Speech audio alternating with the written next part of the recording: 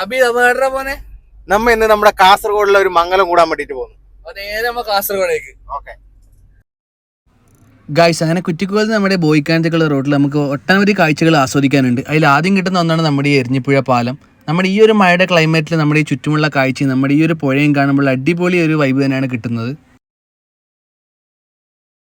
Guys, അതുപോലെ തന്നെയാണ് നമ്മുടെ ഇരിയണി കഴിഞ്ഞിട്ട് ബോയിക്കാൻ എത്താനാകുമ്പോൾ കിട്ടുന്ന ആ ഒരു ഫോറസ്റ്റും. നമ്മുടെ ഈ ഒരു മഴയുടെ സമയത്ത് നമ്മൾ ഈ ഒരു ഫോറസ്റ്റിനുള്ളിൽ പോകുമ്പോൾ കിട്ടുമ്പോൾ നമുക്ക് ആ ഒരു തണുത്ത കാലാവസ്ഥയും അതുപോലെ തന്നെ നല്ല ഒരു വൈബ് തന്നെയാണ് നമുക്ക് ഇതിൻ്റെ ഉള്ളിൽ പോകുമ്പോൾ കിട്ടുന്നത്. ഗൈസ്, അങ്ങനെ നമ്മൾ ബോയിക്കാനത്ത് നമ്മുടെ സൗപർണിക ഔട്ടോറിയത്തിൽ എത്തിയിട്ടുണ്ട്. ഗൈസ്, അങ്ങനെ കുറച്ച് സമയത്തിന് ശേഷം നമ്മുടെ പീക്കി ബസ്സിൻ്റെ മാസ് എൻട്രി ഉണ്ടായിരുന്നു നമ്മുടെ ചെക്കൻ്റെ വീട്ടുകാരെ.